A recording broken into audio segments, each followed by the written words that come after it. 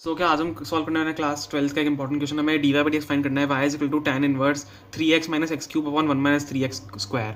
ठीक है, अब देखो जब भी आपको ऐसा क्वेश्चन मिले हमें d y by d x find करना है, पहले इसको थोड़ा सिंप्लीफाई करो, देन आप d y by d x find करो। अब देखो ये जो अंदर है ये मेरे को देख के समझ में आ रही है कि ये आइडेंटिटी है। ये किसकी आइडेंटिटी है? tan 3 थीटा की आइडेंटिटी। अगर मैंने एक्स का tan थीटा पुट कर दिया तो अगर एक्स हम tan थीटा पुट कर दें तो tan 3 थीटा की आइडेंटिटी बन जाएगी। Then trigonometric function inverse trigonometric function से कट हो जाएगा और देन हमारे पास अंदर बच जाएगा, एक वैल्यू बच जाएगी।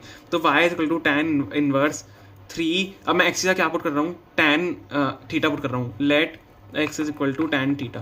तो ऐसे थीटा की वैल्यू क्या आ जाएगी? tan inverse x. ये निकाल के रखनी होती है क्योंकि लास्ट में डलती है वैल्यू। थीटा से tan इनवर्स एक्स, हम एक्स को tan थीटा रख रहे हैं तो 3 tan theta minus tan cube theta upon 1 minus 3 tan square theta. ठीक है, ये हमने कर लिया। तो y is equal to tan inverse, अब हमें पता है tan 3 थीटा की आइडेंटिटी है, अंदर क्या लिख दो? tan 3 theta. अब यहाँ से tan इनवर्स ट्रिग्नोमेट्रिक फंक्शन से ट्रिग्नोमेट्रिक फंक्शन कैंसिल होगा। y is equal to tan 3 theta बचा हमारे पास, sorry y is equal to 3 theta बचा। अब 3 थीटा की जगह क्या डाल सकते हैं हम? tan इनवर्स एक्स जो मैंने आपको निकालने का बोला था। तो y is equal to 3 tan inverse x. अब हम इसका डिफरेंशिएशन करेंगे जो हमें करना है। तो d y by d x यहाँ से क्या हो जाएगा? हम डिफरेंशिएशन करेंगे तो tan इनवर्स एक्स का डिफरेंशिएशन क्या होता है? 1 अपॉन 1 प्लस एक्स स्क्वायर। ठीक है, ध्यान रखना tan इनवर्स एक्स का डिफरेंशिएशन होता है 1 अपॉन 1 प्लस एक्स स्क्वायर। अगर आपने इंटीग्रेशन पढ़ा है आपको पता होगा। तो 3 अपॉन 1 प्लस एक्स स्क्वायर बचेगा।